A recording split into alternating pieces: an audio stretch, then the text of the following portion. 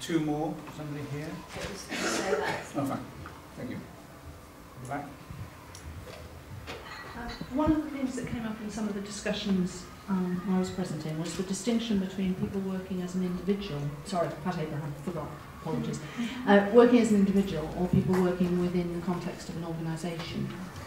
And picking up on the point about some being mandatory and others being, in a sense, optional, the specific discussion we had was around compliance with, and if you take things like health and safety or whatever, if you're working from outside of, within an organisation, there may be somebody else in the organisation who is responsible for assembling and ensuring compliance with, although you obviously as a practitioner would have to comply with it, as distinct from the individual sole practitioner who has to hold all of that knowledge themselves and comply with it. And that seemed to us to present a challenge in the phrasing of those standards. Yeah, I mean, I agree. That is quite a difficult challenge, but again, it should be overarching enough that people can take on board the standards they need to take on board.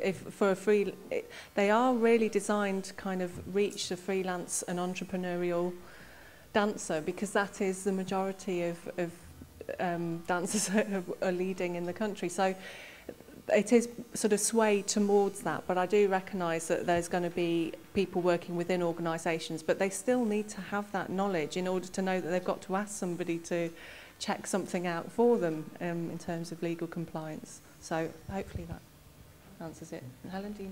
Yeah.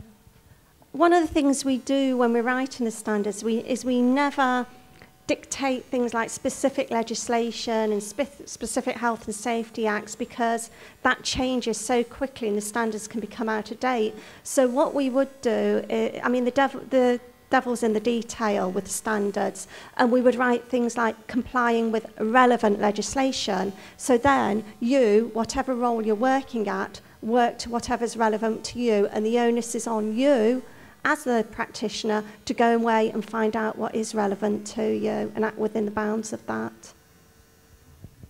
Thank you.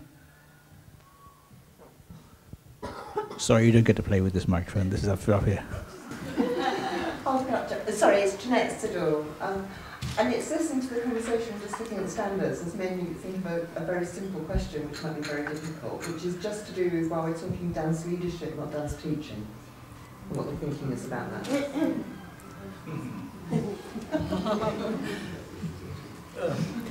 Well, I'm going to punt that one into the afternoon session, because we have, after lunch, we have 3 panel members coming. I'm afraid Janet Archer isn't here today. She's got a family illness and can't be here, but we have actually got the director of the Claw Leadership Programme speaking this afternoon, who's actually done a bit of thinking about dance and leadership, and she might be able to answer some of those questions.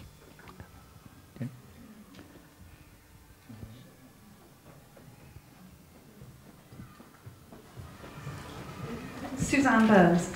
My point, I think, is somewhat similar to Jeanette's, and it's just occurred to me when I'm looking at the slide behind your heads, dance leadership in the community. And it seems to me that these standards, national occupational standards, are actually for dance leadership, full stop. Yes. And that community is one context within which dance leadership happens. But, you know, it picks up on Ginny's point earlier.